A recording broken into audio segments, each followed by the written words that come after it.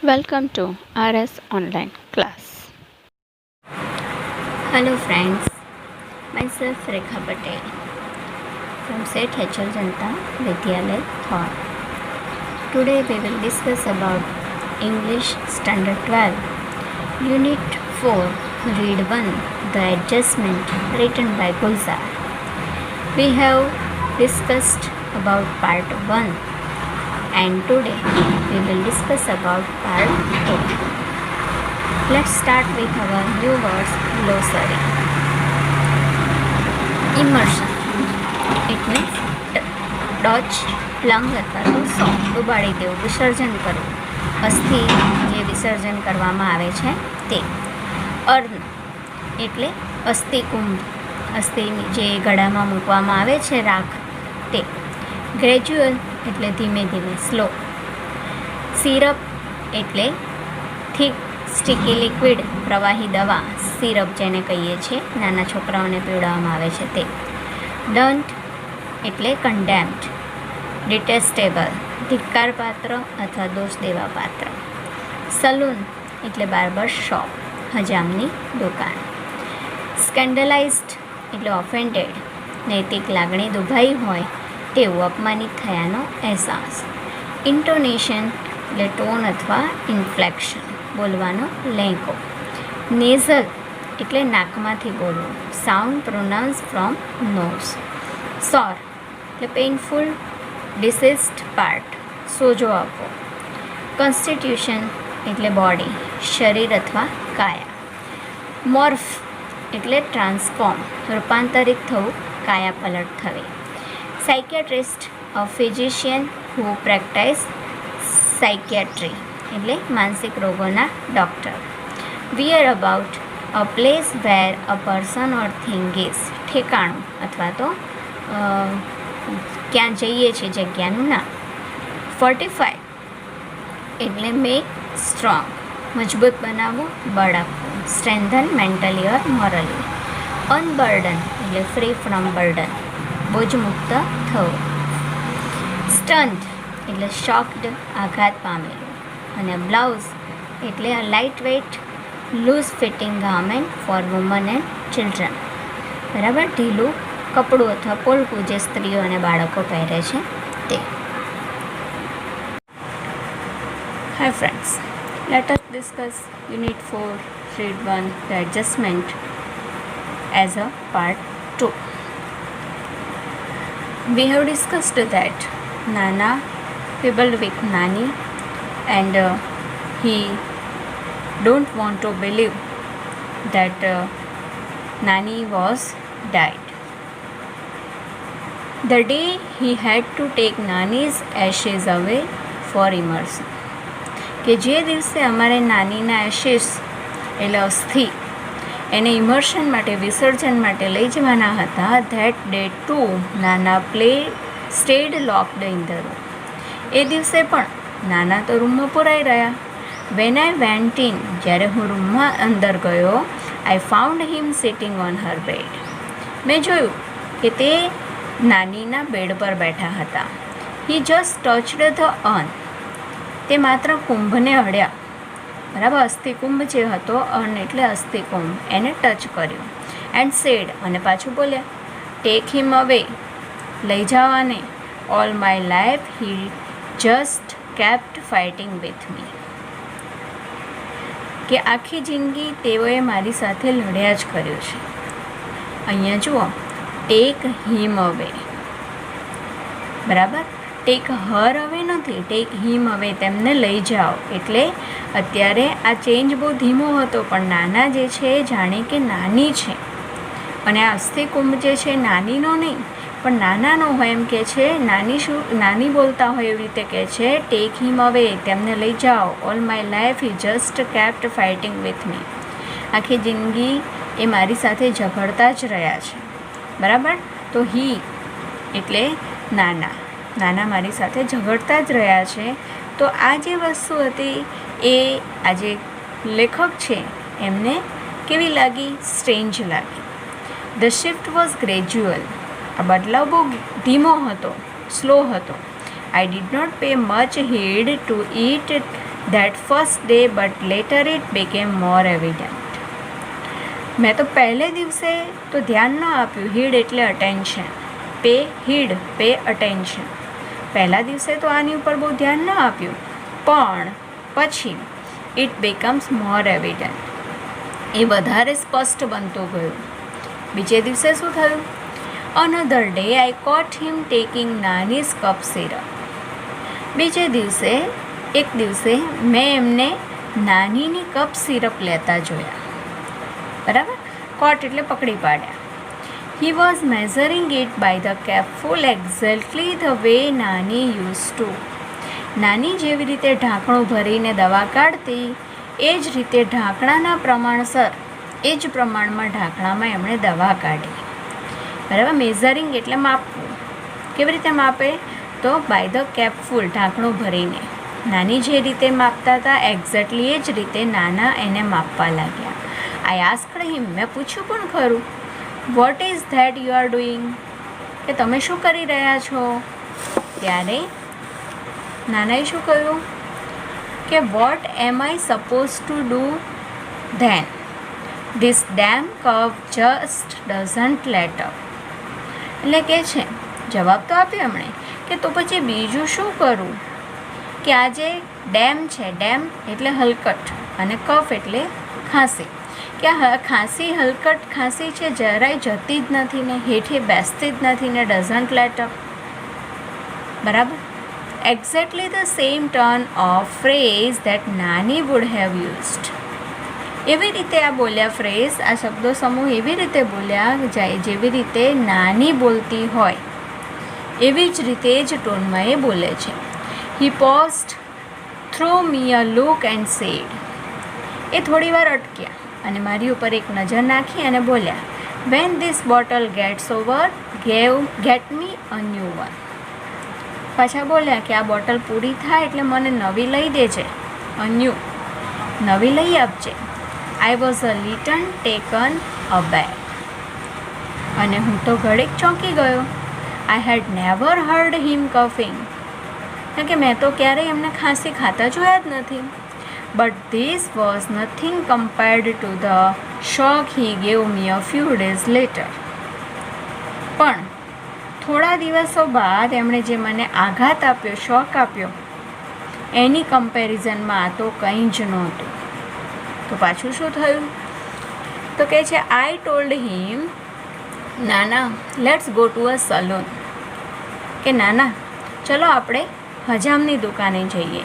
You need A haircut. તમારે haircut કરાવવાની જરૂર છે, વાળ કપાવવાની જરૂર છે. આઈ ઇન્સિસ્ટેડ. બરાબર? અને મેં એમને કહ્યું, મેં એમને આગ્રહ રાખ્યો, if you don't want to go than I will call A barber home. કે મેં એમને આગ્રહ કર્યો કે જો તમારે ત્યાં ના જવું હોય તો આપણે બાર્બરને, હજામને ઘરે બોલાવી લઈશું. He did not even bother to look at me this time. આ વખતે તો એમણે જાણે આ વખતે મારી સામે જોવાની પણ એમણે પરવા કરી નહીં. બરાબર? બોધર એટલે પરવા કરવી. એમણે પરવા ન કરી મારી સામે જોવાની પણ. બરાબર? He began to shake his head. એમણે માથું ધૂણાવવા માંડ્યું અને ધૂણાવીને શું કીધું? No no, he will kill me. કે ના પેલા મને મારી નાખશે. He does not like my hair cut short. He will never approve. કે એમને મારા નાના વાળ સહેજે ગમતા નથી, એ મને ક્યારેય મંજૂરી નહીં આપે. અહીંયા વાત થાય છે નાનાની, પણ નાના કોની વાત કરે છે? એમની પોતાની. જાણે કે પોતે નાની છે અને એમની નાનાની વાત કરી રહ્યા છે.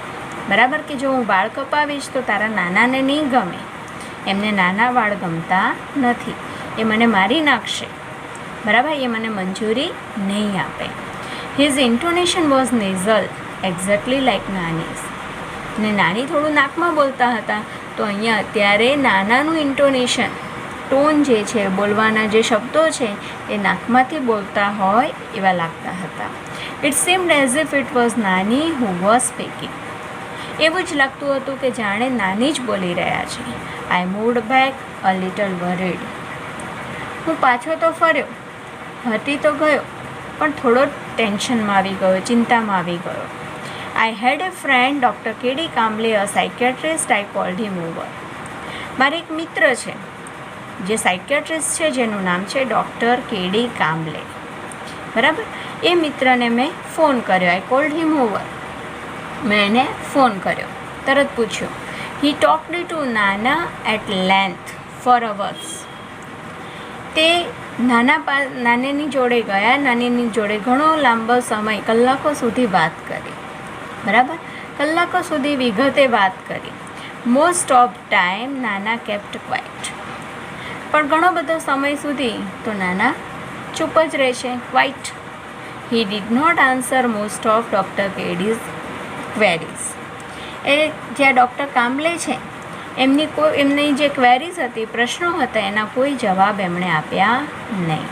But when he did, he spoke like Nana normally did and in his own voice. પણ જ્યારે બોલ્યા ત્યારે પોતાના નાના અવાજમાં સામાન્ય થઈને બોલ્યા અને એમના જ અવાજમાં બોલ્યા. એટલે કે અત્યાર સુધી લેખક સાથે જે બોલતા હતા એ કેવી રીતે બોલતા હતા? નાનીના અવાજમાં. અને અહીંયા અત્યારે ડૉક્ટર કેડી કામ્બલેની સામે એ નાના પોતે જ છે એવી રીતે બોલી રહ્યા હતા. Something else became evident two.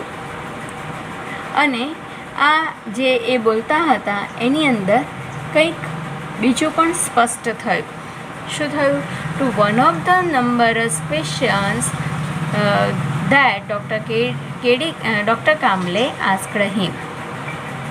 કે ઘણા બધા એમણે જે ક્વેશ્ચન પૂછ્યા એમાં એક પ્રશ્નના પ્રત્યુત્તરમાં એમણે જવાબ આપ્યો. શું જવાબ આપ્યો? This only she can answer. કે આનો જવાબ તો એ જ આપી શકશે, માત્ર નાની જ આપી શકશે. I will ask her when she comes. કે હું એને પૂછી લઈશ એ જ્યારે આવશે ત્યારે. બરાબર. અહીંયા એમણે શી બોલ્યા છે, અહીંયા પણ શી બોલ્યા છે. એટલે અહીંયા એ નાના જ બોલતા હોય એવું લાગે છે કે આનો જવાબ તો નાની જ આપી શકશે, પેલી જ આપી શકશે. જ્યારે તે પાછી આવશે ત્યારે હું પૂછી લઈશ. તો ડૉક્ટર કામ્બલેને ચાન્સ મળી ગયો. એમણે કહ્યું, ડૉક્ટર કામ્બલે શૂટ બેક. એમણે વળી પાછો પ્રશ્ન પૂછી નાખ્યો. Where has she gone. કે ક્યાં ગઈ છે? The ends of his lips curled up a little in a smile. હવે શું થયું કે એમના પેલા હોઠનો જે ખૂણો છે એ જાણે કે કર્લ્ડ અપ, મરોડતા હોય એવી રીતે એમણે કહ્યું. ઓ શી ડઝન્ટ રિયલી એવર ટેલ મી હર વેર અબાઉટ્સ. કે ક્યાં જાય છે એનું ઠેકાણું ક્યાં મને ક્યારે કહે છે. એ મને ક્યારેય ક્યાં જાય છે કહીને જતી નથી. એટલે સામાન્ય બે કપલ એકબીજાને ઠઠ્ઠા મશ્કરી કરીને કે એમ જ વાત કરતા હોય એવું અહીંયા એ જણાવે છે, એવું આપણને લાગી રહ્યું છે. હવે આગળ. વેન નાના લેફ્ટ. નાના હવે જ્યારે ગયા ત્યારે ડૉક્ટર કામ્બલે સેડ. ડૉક્ટર કામ્બલે કહ્યું, હી ડઝ નોટ પરસીવ યોર નાની એઝ ડેડ. કે તમારા નાની જે છે મૃત્યુ પામ્યા છે એને માનવા તૈયાર જ નથી. એ મૃત સમજતા નથી, પરસીવ સમજતા નથી. He had begun to live a double life. તેમણે ડબલ લાઈફ જીવવાનું શરૂ કરી દીધું છે. In fact there is more of her and less of him. કે જે જીવે છે એની અંદર નાનીનું વધારે અને પોતાનું ઓછું જીવે છે. એટલે કે નાનીનો ભાગ વધારે ભજવે છે અને એમનો ભાગ ઓછો ભજવે છે. He has began to think of himself as નાની. એમણે પોતાની જાતને નાની સમજવાનું, નાની તરીકે વિચારવાનું શરૂ કરી દીધું છે. Whatever happens it happens to her. જે કંઈ પણ બને છે ને એ નાની સાથે જ બને છે. She is the one who needs to be fed. કે આ નાની જ છે કે જેને જમવું છે. She is the one who feels thirsty. નાની છે કે જેને તરસ લાગે છે. She is the one who feels the pain. કે નાનીને જે પેઇન થાય છે. And it is he who takes. અને તે તેમના વતીથી બીજા કયા કયા કામ કરે છે? ખાય છે, પીવે છે, દુઃખ અને દર્દ પણ થાય છે અને એમના વતીથી તે ટેક ધ મેડિસિન્સ. દવાઓ પણ તેમના વતીથી જ લે છે. He only swallow the pills on her behalf. તેમના વતીથી ગોળીઓ એ ખાય છે, કે નાની નથી ખાઈ શકતા એટલે નાનીના વતીથી પોતાની જાતને નાની સમજીને ગોળીઓ ખાય છે. I drove the good doctor back to his home. અને ભલા ડૉક્ટરને મેં તો એમના ઘરે પહોંચાડી દીધો. He said that Nana was suffering from a sort of dissociative personality disorder. આજે નાનાની સ્થિતિ છે એક પ્રકારનો માનસિક રોગ છે, ડિસોસિએટિવ પર્સનાલિટી ડિસઓર્ડર, કે એક સાથે બે વ્યક્તિનું વ્યક્તિત્વ જીવવું. બરાબર, એ આ રોગનું નામ છે. એનાથી નાના પીડાય છે. The condition was little understood. કે આ જે પરિસ્થિતિ છે એ થોડી સમજવી સહેલી નથી. બરાબર. He said and there was no sure cure for it. પણ એની કોઈ સારવાર, એનો કોઈ ઇલાજ થઈ શકે એમ નથી. બરાબર. He said we will keep at it, do our best. કે આપણે યથાવત સ્થિતિ જળવાય એના માટે આપણે બેસ્ટ પ્રયત્નો કરીશું, શ્રેષ્ઠ પ્રયત્નો કરીશું, કે આનાથી વધારે પરિસ્થિતિ ના બગડે એના પ્રયત્નો કરીશું. But at your Nana's age that kind of recovery is nearly impossible. પણ રિકવરી લાવવી, રોગમાંથી મુક્તિ મેળવવી એ તો આ નાનાની ઉંમરમાં પોસિબલ નથી, ઇમ્પોસિબલ છે. કે આપણે રિકવરી ન લાવી શકીએ, પણ આ સ્ટેજ જ્યાં છે ત્યાંથી આપણે રોકી શકીએ, આગળ વધતું અટકાવી શકીએ. As I was about to leave. જેવો હું ત્યાંથી નીકળવા જતો હતો ત્યારે હી આસ્ક્ડ મી. તેમણે મને પૂછ્યું, tell me one thing, how does it make any differences to you whether he is Nana or thinks himself to be Nani. કે મને એક વાત કહો કે તમને ડિફરન્સ, પોતાની જાતને નાની માને છે એમાં તમને શું ફરક પડે? How does it make any difference to you, તમને શું ફરક પડે છે કે weather is Nana or think himself two નાની. બરાબર, નાની બનીને જીવે કે નાના બનીને જીવે એનાથી તમને શું ફરક પડે છે? How does it change anything whether he eats raita by staying your Nana or refuse to eat raita by morphing to Nani. એટલે કે છે, સરસ મજાની વાત કરે છે કે એ આજે નાની જે છે એ નાની સમજીને એ રાયતું ખાય. બરાબર, કે નાના સમજીને રાયતું ખાય ને નાની સમજીને રાયતું ખાવાની ના પાડે તો તમને શું ફરક પડે? આગળ આપણને સમજાવે છે કે મોર્ફિંગ ઇન્ટુ યોર નાની. કે નાની સમજીને નાની નથી ભાવતું તો એ નાની જ્યારે નાનીનો રોલ કરે ત્યારે ના પાડે. Let him live his life any way he wants to. કે જે રીતે એમને એમની લાઈફ જીવી છે એવી રીતે જીવવા દો, તમને શું ફરક પડે છે? ત્યારે લેખકને થોડું ઘણું સમજાય છે. You can see the web series of Abhishek Bachchan, Breath into the Shadows. In this, he played dual personality role, one of Jay and one of Abhinav. I was late coming back home. એ દિવસે હું રાત્રે મોડો ઘરે આવ્યો. આવવામાં મારે મોડું થયું. But I did feel quite unburdened and a lot less worried by what Dr. કામલે had said. પણ ડૉક્ટર કામલે જે મને કહ્યું એનાથી મારો જે બોજ જે છે એ હલકો થયો અને હું ચિંતામુક્ત થયો. લેસ વરીડ, ચિંતામુક્ત થયો હોય એવો મને અહેસાસ થયો. ક્વાઇટ ફીલ, અહેસાસ થયો. આઈ થોટ ધ વે નાના હેડ મેડ હિઝ એડજસ્ટમેન્ટ વિથ નાની. અને મેં વિચાર્યું કે નાનાએ નાની સાથે સુમેળ કરી લીધો છે. We too should make adjustment with him.